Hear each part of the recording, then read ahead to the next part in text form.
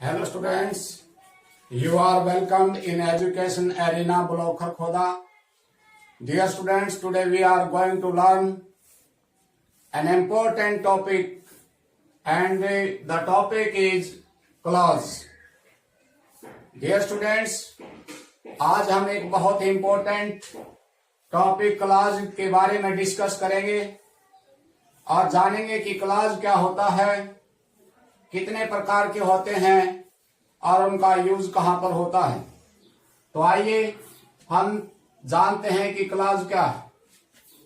Clause is a group of words in a sentence which has a subject and a finite verb of its own. Dear students, clause किसी भी sentence में words का एक group होता है, शब्दों का समूह होता है जिसके पास अपना एक सब्जेक्ट और अपनी एक फाइनाइट वर्ब होती है। डियर स्टूडेंट्स, यहां पर देखिए हमने कहा कि फाइनाइट वर्ब, ये फाइनाइट वर्ब क्या होती है। अब यहां पर देखिए एक एग्जांपल के द्वारा हम इसे समझने की कोशिश करते हैं। I like swimming, he likes swimming, they like swimming। तो डियर स्टूडेंट्स, यहां पर देखिए जब हमारा सब्जेक्ट आई था तो लाइक, जब हमारा subject third person singular noun ही तो हमारी वर्ब हो गई लाइक्स, और जब टेंस चेंज हुआ तो लाइक का लाइक्ड हो गया। तो यहां पर देखिए जो वर्ब लाइक थे वो तीनों जगह पर अलग अलग अपनी अलग अलग है, चेंज है, लाइक, लाइक्स, लाइक्ड।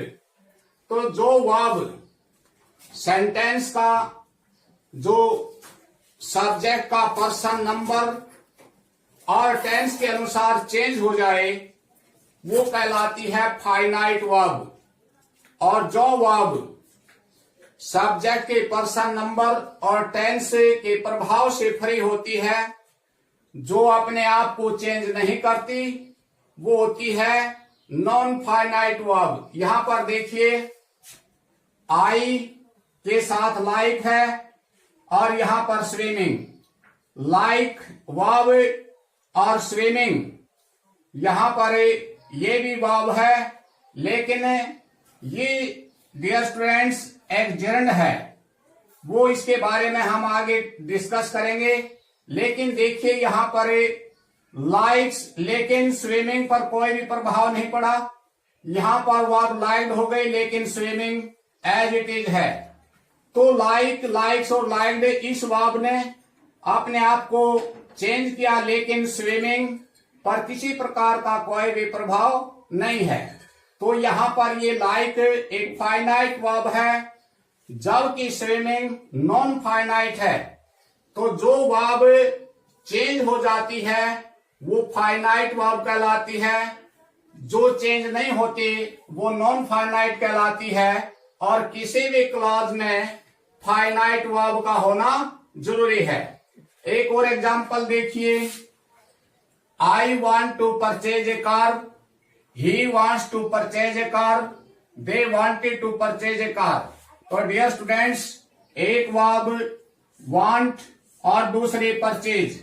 देखिए यहां पर जो वर्ब वांट है, जब हमारा फर्स्ट पर्सन सिंगुलर नाउन था तो वांट, थर्ड पर्सन जब हमारा सब्जेक्ट हुआ तो वांट्स, और जब हमने टेंस चेंज किया तो वांटेड। यहां पर वांट वर्ब ने अपने आप को चेंज कर लिया कि इसके अकॉर्डिंग, जो सब्जेक्ट का पर्सन नंबर था उसके अकॉर्डिंग, और जब टेंस चेंज हुआ उसके अकॉर्डिंग चेंज होती चली गई। लेकिन डियर स्टूडेंट्स देखिए, चाहे वो कुछ भी था, वो आई सब्जेक्ट था तब भी परचेज, हे है तब भी परचेज, टेंस चेंज हुआ तब भी परचेज। तो यहां पर जो ये वांट है ये एक फाइनाइट वर्ब है और परचेज एक नॉन फाइनाइट हुआ। तो डियर स्टूडेंट्स, ये क्लियर हो गया होगा कि फाइनाइट और नॉन फाइनाइट वर्ब क्या होती है। तो किसी भी क्लॉज में फाइनाइट वर्ब का होना बहुत ही जरूरी है। आगे चलते हम। Clauses are of three types. Clause तीन प्रकार के होते हैं। फर्स्ट इज प्रिंसिपल क्लॉज, जिसको मेन क्लॉज, इंडिपेंडेंट, कुछ भी कहिए, प्रिंसिपल क्लॉज को ही इंडिपेंडेंट क्लॉज होता है और यह मेन क्लॉज होता है। Principal clause can stand on its own, its meaning is clear without the help of any other clause. तो डियर स्टूडेंट्स, जो प्रिंसिपल क्लॉज होता है, जो इंडिपेंडेंट क्लॉज होता है, वो अपने पैरों पर स्वयं खड़ी हो सकती है। उसे अपना मीनिंग क्लियर करने के लिए किसी दूसरे क्लॉज पर डिपेंड नहीं रहना होता। जबकि दूसरा था सबऑर्डिनेट क्लॉज, इसे डिपेंडेंट क्लॉज भी कहते हैं। This clause can not stand on its own, it has to depend on the main clause to make its meaning clear. तो डियर स्टूडेंट्स, यहां पर जो सबऑर्डिनेट क्लॉज था वो एक डिपेंडेंट क्लॉज है। यह क्लॉज अपने पैरों पर स्वयं नहीं खड़ी हो सकती, अर्थात अपने मीनिंग को स्वयं क्लियर नहीं कर सकती। इसे अपना मीनिंग क्लियर करने के लिए किसी दूसरे अर्थात इंडिपेंडेंट या मैं कहूं प्रिंसिपल क्लॉज पर डिपेंड रहना पड़ता है। यहां पर एग्जांपल देखिए, I do not know. Dear students, हमने सबसे पहले क्लॉज के बारे में जाना कि क्लॉज क्या होता है। क्लॉज में एक सब्जेक्ट होता है और एक फाइनाइट वर्ब होती है। तो यहां पर देखिए, यह एक क्लॉज हुआ, आई डू नॉट नो, मैं नहीं जानता, और एक हुआ व्हाट ही डज।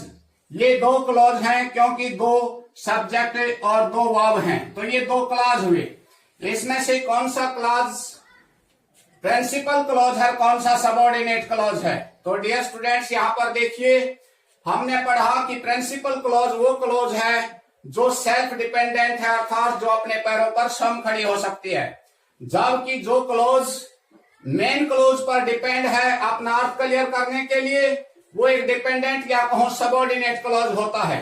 तो यहां पर देखिए, मैंने कहा आई डोंट नो, मैं नहीं जानता, केवल मैं इतना कहता हूं तो ये अपने अर्थ को क्लियर करता है। तो डियर स्टूडेंट्स, इस क्लॉज ने अपने मीनिंग को क्लियर किया अपने आप स्वयं, तो ये एक प्रिंसिपल क्लॉज हुआ। जबकि मैंने कहा व्हाट ही डज, वो क्या करता है, ये क्लॉज अपने मीनिंग को क्लियर करने में असमर्थ है। इसे अपना मीनिंग क्लियर करने के लिए इसे प्रिंसिपल क्लॉज पर डिपेंड है ये, और जब इसके साथ प्रिंसिपल क्लॉज आएगा तो ये अपने अर्थ को, अपने मीनिंग को क्लियर करेगा।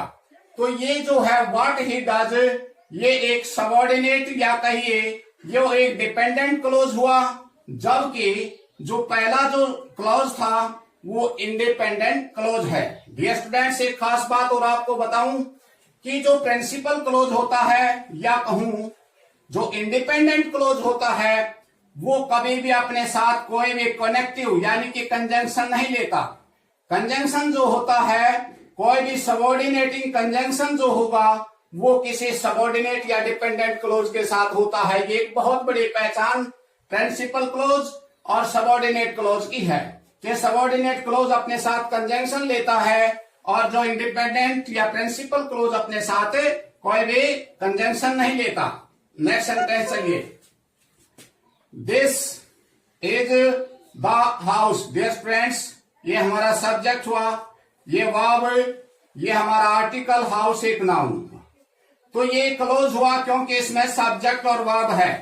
सब्जेक्ट और वर्ब है वो एक क्लॉज है। इसी तरह से यहां पर देखिए, वेयर ही लिव्स, इसमें ही सब्जेक्ट और लिव एक वर्ब है। तो ये भी दो क्लॉज हुए। कौन सा क्लॉज सबऑर्डिनेट, कौन सा इंडिपेंडेंट क्लॉज है? तो डियर स्टूडेंट्स, अभी हमने बताया कि सबऑर्डिनेट क्लॉज अर्थात डिपेंडेंट क्लॉज अपने साथ एक सबऑर्डिनेटिंग कंजंक्शन लेता है। तो यहाँ पर वेयर ही लिव्स ये हमारा हुआ एक सबऑर्डिनेट क्लॉज या मैं कहूं डिपेंडेंट क्लॉज। अब देखिए, दिस इज द हाउस, यह घर है, ये अपने मीनिंग को क्लियर कर रहा है अपने आप। लेकिन जो वेयर ही लिव्स वह कहां रहता है, ये अपने आप को, अपना मीनिंग क्लियर करने में असमर्थ है। तो डियर स्टूडेंट्स, ये अपने अर्थ को तब क्लियर करेगा तब इसके साथ प्रिंसिपल क्लॉज आ जाएगा। तो ये हमारा हुआ डिपेंडेंट क्लॉज और ये हुआ इंडिपेंडेंट क्लॉज। नेक्स्ट चलिए, आगे आता है coordinate clause. This clause is also self dependent. Coordinate clause भी सेल्फ डिपेंडेंट होता है, अपने मीनिंग को क्लियर करने में सक्षम है अकेला बगैर किसी दूसरे क्लॉज के। It's meaning is clear without the help of any other clause. इसे अपने मीनिंग को क्लियर करने के लिए किसी दूसरे क्लॉज पर डिपेंड नहीं है। तो ये कोऑर्डिनेट क्लॉज हुआ। डियर स्टूडेंट्स, यहां पर एग्जांपल देखिए, Ram past but his brother failed. यहां पर राम पास्ट एक क्लॉज हुआ, बट एक कंजंक्शन हुआ, हिज ब्रदर फेल्ड ये हमारा एक क्लॉज हुआ। डियर स्टूडेंट्स, यहां पर देखिए जो दो क्लॉज हैं, दोनों क्लॉज इंडिपेंडेंट क्लॉज हैं। राम पास हो गया, अपने मीनिंग को क्लियर कर रहा है। हिज ब्रदर फेल्ड, उसका भाई फेल हो गया, ये भी अपने अर्थ को क्लियर करने में सक्षम है। तो यहां पर जो दोनों क्लॉज हैं ये कोऑर्डिनेट क्लॉज हैं, दोनों अपने अर्थ को क्लियर करते हैं और बट कंजंक्शन से जुड़े हैं, एक कोऑर्डिनेटिंग कंजंक्शन बट से जुड़े हैं। तो डियर स्टूडेंट्स, यहां पर देखिए ये भी इंडिपेंडेंट क्लॉज हुआ और ये भी इंडिपेंडेंट क्लॉज हुआ और इसको जोड़ा बट कंजंक्शन के द्वारा, तो ये कोऑर्डिनेटिंग क्लॉज हुआ और पहला हमारा प्रिंसिपल क्लॉज हो गया। नेक्स्ट चलिए, Rahul worked hard and pass the examination. तो डियर स्टूडेंट्स, राहुल सब्जेक्ट हुआ, वर्क में वर्ब हुए, तो ये हमारा एक क्लॉज हुआ। दूसरा clause pass the examination. Dear students, यहां पर देखिए, जब किसी भी सेंटेंस में जो सब्जेक्ट होता है वो सेम पर्सन हो तो हमें उसको अवॉइड करते हैं, उसकी रिपीटेशन को अवॉइड करते हैं, ये हमने पहले सीख रखा है। तो यहां पर एक्चुअल में ही है ही, लेकिन चूंकि पहले राहुल आ चुका है तो दूसरी बार इसको नाउन को यूज ना करके उसकी जगह पर प्रोनाउन यूज होता है। तो यहां पर Rahul worked hard and pass the examination, ये पास द एग्जामिनेशन एक अलग से क्लॉज हुआ और यहां पर राहुल वर्कड हार्ड, ये दोनों जो है इंडिपेंडेंट क्लॉज हैं, दोनों अपने अर्थ को क्लियर करने में सक्षम हैं और इनको जोड़ा गया है एंड कोऑर्डिनेटिंग कंजंक्शन के द्वारा। तो यहां पर ये कोऑर्डिनेट, डियर स्टूडेंट्स देखिए, जब भी कोऑर्डिनेटिंग कंजंक्शन से दो सेंटेंसेस को जोड़ा जाता है तो वो एक कंपाउंड सेंटेंस का निर्माण करता है और कंपाउंड सेंटेंस में इक्वल स्टेटस के दो या दो से ज्यादा सेंटेंस हो सकते हैं। ये भी एक इक्वल स्टेटस का सेंटेंस क्लॉज है, ये भी, क्योंकि दोनों इंडिपेंडेंट हैं, दोनों अलग से अपने मीनिंग को क्लियर करते हैं। राहुल वर्कड हार्ड, राहुल ने परिश्रम किया, अपने अर्थ को क्लियर कर रहा है। और यहां पर हमने कहा कि राहुल पास द एग्जामिनेशन, राहुल ने एग्जामिनेशन पास किया। Not coordinate clauses are joined by coordinating conjunctions as and, but, or, yet, therefore, so, otherwise, not only but also, both and, as well as, neither nor, either or, still, etc. Dear students, ये coordinating conjunction है। Conjunction दो type के होते हैं, दो प्रकार के होते हैं, सबऑर्डिनेटिंग कंजंक्शन और कोऑर्डिनेटिंग कंजंक्शन। जो सबऑर्डिनेटिंग कंजंक्शन होते हैं वे, उनका जो यूज होता है वो होता कॉम्प्लेक्स सेंटेंस से बनाने में, जबकि जो कोऑर्डिनेटिंग कंजंक्शन होते हैं वे बनाते हैं कंपाउंड सेंटेंस। इनमें कंपाउंड सेंटेंस वो सेंटेंस होता है जिसमें दो या दो से ज्यादा इक्वल स्टेटस के क्लॉजेज हैं, यानी कि दो या दो से ज्यादा इंडिपेंडेंट क्लॉज होते हैं और किसी कोऑर्डिनेटिंग कंजंक्शन से जुड़े हुए होते हैं, वो एक कंपाउंड सेंटेंस होता है। जबकि कॉम्प्लेक्स सेंटेंस वो सेंटेंस होता है जिसमें एक प्रिंसिपल क्लॉज, एक या एक से ज्यादा जिसमें सबऑर्डिनेट क्लॉज हो और वो किसी सबऑर्डिनेटिंग कंजंक्शन से जुड़े हुए हो, तो वो एक कॉम्प्लेक्स सेंटेंस होता है। तो डियर स्टूडेंट्स देखिए, यदि आप इन कोऑर्डिनेटिंग कंजंक्शन को याद कर लेते हैं तो आपका बहुत सारा काम हल्का हो जाता है, क्योंकि इनसे जुड़ करके, इन कनेक्टर से जुड़ करके जो भी सेंटेंस बनेगा वो एक कंपाउंड सेंटेंस होगा और कंपाउंड सेंटेंस में जो दो इक्वल स्टेटस के क्लॉज होंगे। तो डियर स्टूडेंट्स, मैं आपको एक बार थोड़ा सा ब्रूशअप कर देता हूं, ताजा कर देता हूं। क्लॉज क्या होता है? Clause is a group of words in a sentence which has a subject and a finite verb। Clause वो होता है जो किसी सेंटेंस में शब्दों का एक समूह है क्लॉज, जिसके पास अपना सब्जेक्ट और एक फाइनाइट वर्ब होती है। हमने फाइनाइट वर्ब के बारे में भी जाना कि फाइनाइट वर्ब वो वर्ब होती है जो सेंटेंस के जो सब्जेक्ट है उसके पर्सन, नंबर और टेंस के अकॉर्डिंग जो चेंज हो जाती है वो फाइनाइट वर्ब कहलाती है। और जो चेंज नहीं होती, एज इट इज रहती है, जिस पर ना तो सब्जेक्ट के पर्सन नंबर का प्रभाव पड़ता ना किसी टेंस का, वो फ्री होती है, उस पर किसी प्रकार की लिमिट नहीं होती, वो कहलाती है नॉन फाइनाइट वर्ब।